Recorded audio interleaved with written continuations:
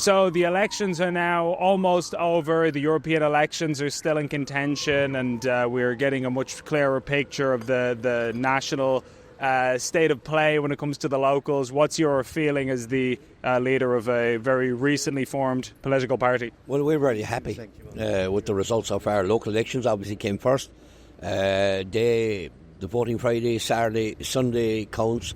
We, Independent Ireland, have ended up with 23 new councillors elected throughout the country. That's 40% of our candidates have been elected, most in the first preference and exceeding a quota, which is an extremely satisfying position to be in. Mind you, we have a lot more to go. This is the foundation of our party. We're only a few months in formation. I see the Green Party ended up with 23, and how many decades are they in operation? So it just sends out a very clear message, and national media seem to be forgetting that we got 40% of our candidates across the line.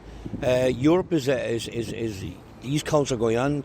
Niall Boylan is on a 50-50. Kieran Maloney looks like he could cross the line.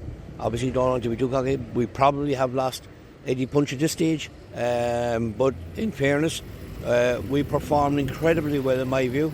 As I said, I'm disappointed national media haven't accepted that and acknowledged that. TV3 and others those this morning were cutting us.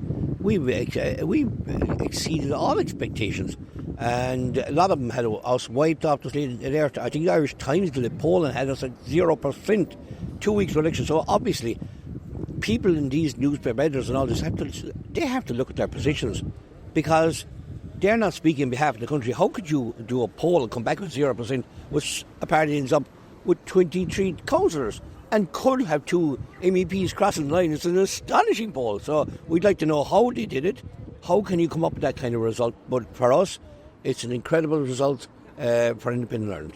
One of the things that's been discussed a lot during this election was the oversaturation of candidates, and the fact that there were many candidates who are running on a kind of an anti-establishment platform that had maybe similar-ish views on certain issues, and that there were just too many of them, and that splintered the vote 50 different ways, and that led to problems with any of them getting elected. They ended up all kind of tripping over each other, and that has kind of led to, in some quarters, calls for some of these groups to coalesce and group into one sort of more consolidated party or entity without committing to anything, obviously, because there would be a lot of people involved in such a decision. Is that something that you would be open to in principle? I certainly would be talking to, and I will be talking to other independents that have crossed the line. That would be aligned to our type of politics, in fairness. And you're right, because if you know, there was loads of independents ran down in different constituencies that I see in West Cork. Independents said didn't get elected or did get elected, but they took votes from other independents.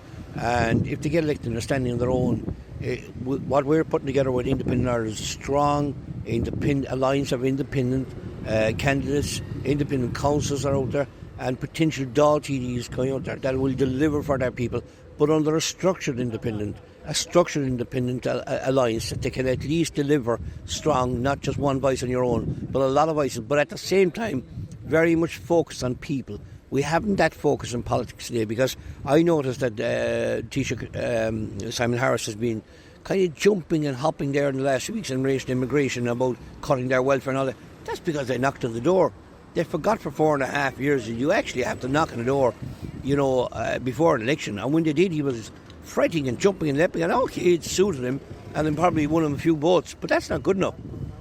I want politicians for Independent Ireland that want to work 5 years for their people and deliver for their people.